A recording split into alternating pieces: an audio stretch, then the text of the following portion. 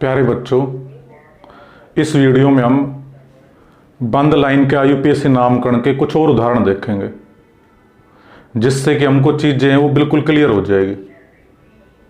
तो नेक्स्ट ये दो उदाहरण आप देखने के बाद आप किसी भी बंद लाइन के आयुपीएसी नामकरण को बहुत आसानी से कर सकते हैं। उसके बाद आप खुद प्रैक्टिस करना।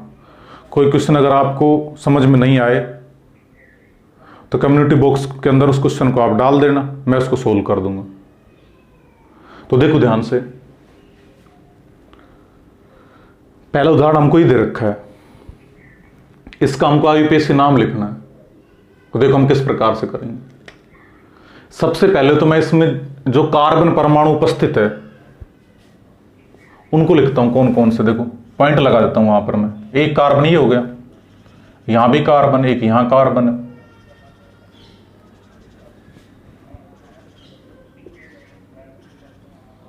तो जहां जहां मैंने ये बिंदु गहरे किए वहां वहां हमारे क्या है, कार्बन परमाणु उपस्थित है।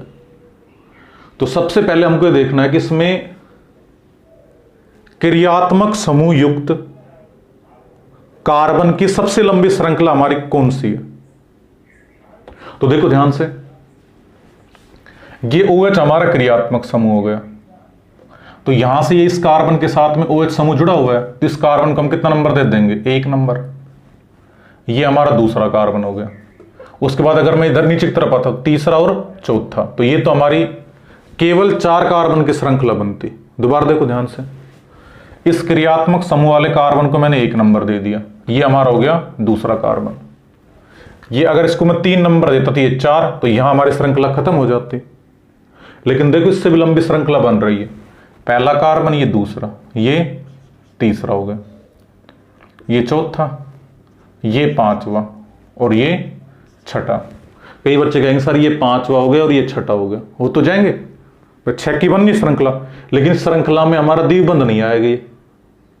तो हमको श्रृंखला का चयन करना है जिसमें अधिकतम मतलब क्रियात्मक समूह शामिल हो, अधिकतम बहुबंध मतलब द्विबंध और त्रिबंध है वो शामिल हो, उस श्रृंखला का हम चयन करेंगे। चाहे एक कार्बन छोटी बन जाए उस श्रृंखला, लेकिन उसमें अगर द्विबंध, त्रिबंध और क्रियात्मक समूह उसको शामिल हमको करना है। तो ये हमारी होगी 6 कार्बन की श्रृंखला। 6 कार्बन की श्रृंखला के बाद में अब हमको ये देखना है इसमें प्रतिस्थापित समूह कौन कौन से हैं। देखो 1 नंबर के कार्बन से Br जुड़ा हुआ है, ब्रोमो, ये शुरू होता है 20 से। 2 नंबर के कार्बन सब देखो देखो 1 2, 2 नंबर के कार्बन के साथ में 1 2, 2 कार्बन का प्रतिस्थापित समूह जुड़ा हुआ है। और 2 कार्बन का प्रतिस्थापित समूह होता है एथिल, वो किससे शुरू होता है हमारा, इस से। 3 नंबर कार्बन से कुछ नहीं जुड़ा हुआ, ना 4 पर कुछ है। 5 नंबर के कार्बन से एक कार्बन जुड़ा हुआ है, एक कार्बन का प्रतिस्थापित समूह होता है मेथिल, जो M से शुरू होता है। और 6 नंबर के कार्बन से Cl जुड़ा हुआ है, क्लोरो, जो C से शुरू होता है। तो जितने भी प्रतिस्थापित समूह थे वो मैंने सारे लिख दिए इसमें। अब आप देखो अंग्रेजी में सबसे पहले क्या आता है, Br, और कितने नंबर कार्बन जुड़ा है, 1 नंबर के कार्बन से, तो लिखेंगे 1 ब्रोमो। उसके बाद में इसके बाद क्या आएगा, C आएगा, कितने पर है, 6 पर, तो लिखेंगे 6 क्लोरो।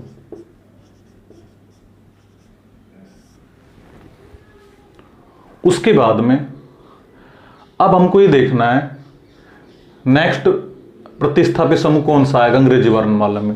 एक E बचा है और एक M बचा है, तो पहले क्या आता है, E कितने पर है, 2 पर, तो लिखेंगे 2 एथिल। उसके बाद में अब क्या बचा है, M मतलब मेथिल कितने पर है, 5 पर, तो लिखेंगे 5 मेथिल।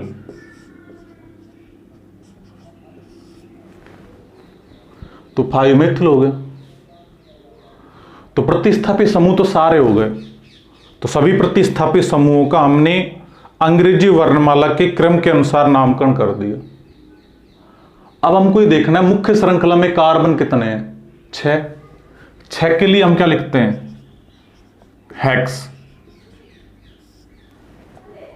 उसके बाद हमको ये देखना है कहीं पर द्विबंध या त्रिबंध तो नहीं है।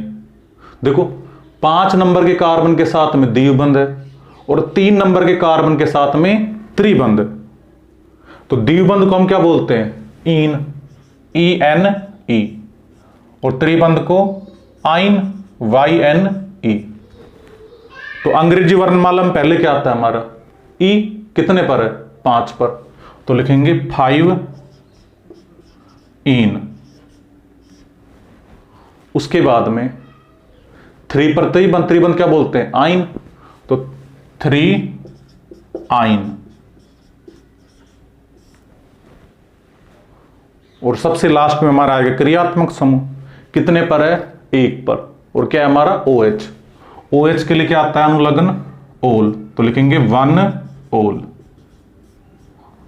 तो ये हमारा इसका नामकरण हो जाएगा। देखो कितनी आसानी से हम इस नामकरण कर सकते हैं, और देखने में हमको बहुत अजीब लग रहा है नामकरण, लेकिन बहुत आसानी से हो सकता है इसका नामकरण भी। नेक्स्ट उदाहरण देखो, ये दे रखा है हमको। अब पहले खुद से सोचो इसमें क्रियात्मक समूह क्या है। एक OH है क्रियात्मक समूह, एक कीटोन है। देखो यहां ये कार्बन है, इसके साथ में डबल बॉन्ड से ऑक्सीजन जुड़ा है, सही, C डबल बॉन्ड O। तो ये किसका फॉर्मूला होता है, कीटोन का। तो एक एल्कोहल है, एक कीटोन है, एक एमीन है और एक कार्बोक्सिलिक अम्ल है। तो कितने क्रियात्मक समूह इसमें, 4। तब हमको ये देखना है कि वरीयता श्रेणी में सबसे ऊपर जो आएगा वो क्रियात्मक समूह और नीचे वाले सारे प्रतिस्थापी समूह। तो सबसे ऊपर क्रियात्मक समूह कौन सा आता है वरीयता श्रेणी में, COOH। तो ये हमारा हो गया क्रियात्मक समूह। तो क्रियात्मक समूह वाले कार्बन को मैंने 1 नंबर दे दिया, तो इस कार्बन को हम दे देंगे 2 नंबर। ये जो हमारा कार्बन इसको मैंने दे दिया 3 नंबर, ये 4, ये कार्बन 5, ये 6, ये 7 और इस कार्बन को 8। आप इसको दे सकते हो, देखो 6, इस कार्बन को 7, इसको 8, ये 7 नंबर और ये 8 नंबर। लेकिन इसमें द्विबंध नहीं आ रहा, इसमें द्विबंध आ रहा है, इसलिए ये नंबरिंग हमारी सही है। अगर हम इसको 7 और इसको 8 नंबर देते तो ये हमारी नंबरिंग होती गलत। तो 8 कार्बन की तो हमारी श्रृंखला हो गई। उसके बाद में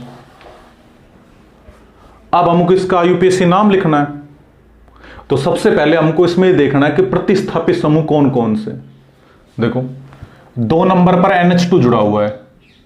जब COOH क्रियात्मक समूह है तो बाकी जितने भी क्रियात्मक समूह उपस्थित थे अब वो सारे हमारे प्रतिस्थापित समूह बन जाएंगे। और प्रतिस्थापित समूह का हम सदैव क्या काम में लेते हैं, पूर्व लग्न। तो NH2 है, 2 नंबर कार्बन जुड़ा हुआ है। NH2 जब प्रतिस्थापित समूह के रूप में आता है इसको हम बोलते हैं एमिनो। ये हमारा शुरू होता है A से। 3 नंबर पर Cl जुड़ा, इसको बोलते हैं क्लोरो, ये शुरू होता है C से। 4 नंबर पर जुड़ा हुआ है कीटोन, कीटोन का पूर्व लग्न होता है ऑक्सो, ये हमारा शुरू होता है O से। 5 नंबर पर जुड़ा है OH, OH का पूर्व लग्न होता है हाइड्रोक्सी, ये शुरू होता है H से। और देखो 6 नंबर के कार्बन के साथ में 2 कार्बन जुड़े हुए, 1 2, 6 नंबर के कार्बन से 1 2, 2 कार्बन का प्रतिस्थापित समूह होता है एथिल। 1 का मेथिल, 2 का एथिल, 3 का प्रोपिल। तो 2 कार्बन का प्रतिस्थापित समूह कौन सा आ गया, एथिल, ये शुरू होगा ई से। तो जितने भी प्रतिस्थापित समूह थे उन सबको मैंने अल्फाबेट के लिख दिया, उनके पहला अक्षर लिख दिया नाम का। अब हमको सबसे पहले प्रतिस्थापित समूह का नामकरण करना है अंग्रेजी वर्णमाला के क्रम के अनुसार। तो देखो अंग्रेजी वर्णमाला में सबसे पहले क्या आता है, ए आता है, कितने पर है, 2 पर, तो लिखेंगे 2 एमिनो।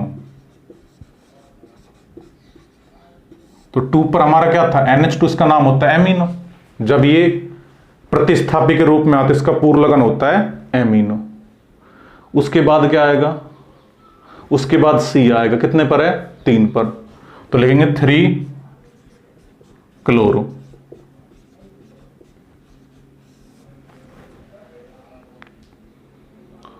उसके बाद आ जाएगा 6 पर क्या है, ई, तो लिख देंगे 6 एथिल।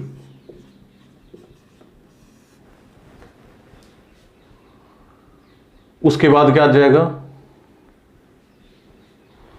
5 पर OH है, हाइड्रोक्सी, तो आ जाएगा 5 हाइड्रोक्सी।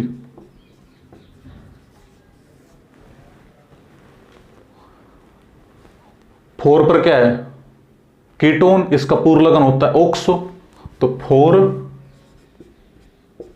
ऑक्सो।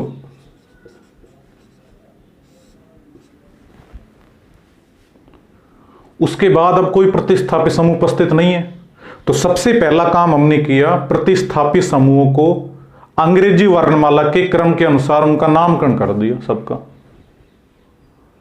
अब हमको ये देखना है कि मुख्य श्रृंखला में कार्बन कितने हैं, 8, तो 8 के लिए हम क्या लिखते हैं, ओक्ट। उसके बाद हमको देखना है कहीं पर द्विबंध या त्रिबंध तो नहीं है, तो देखो ध्यान से, 7 और 8 नंबर के कार्बन के बीच में द्विबंध है, तो पहले 7 पर आ रहा है, तो द्विबंध का हम क्या बोलते हैं, इन, तो लिखेंगे 7 इन।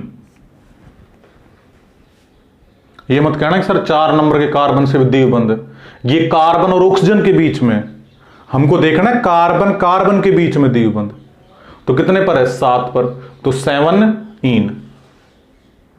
उसके बाद में अब हमको देखना है कि क्रियात्मक समूह कितने पर है, तो कितने पर है, 1 पर, और क्रियात्मक समूह का हम सदैव अनुलग्न काम में लेते हैं, तो COOH का अनुलग्न क्या होता है, ओइक अम्ल, तो लिखेंगे 1 ओइक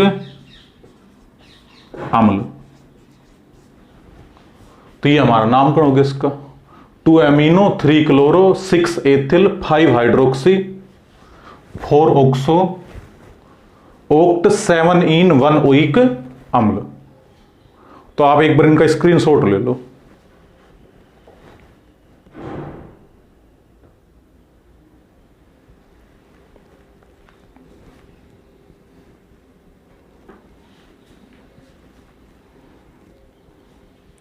तो प्यारे बच्चों, इस प्रकार से हम बहुत आसानी से बंद लाइन का IUPAC नामकरण कर सकते हैं। तो वीडियो देखने के लिए आप सभी बच्चों का धन्यवाद।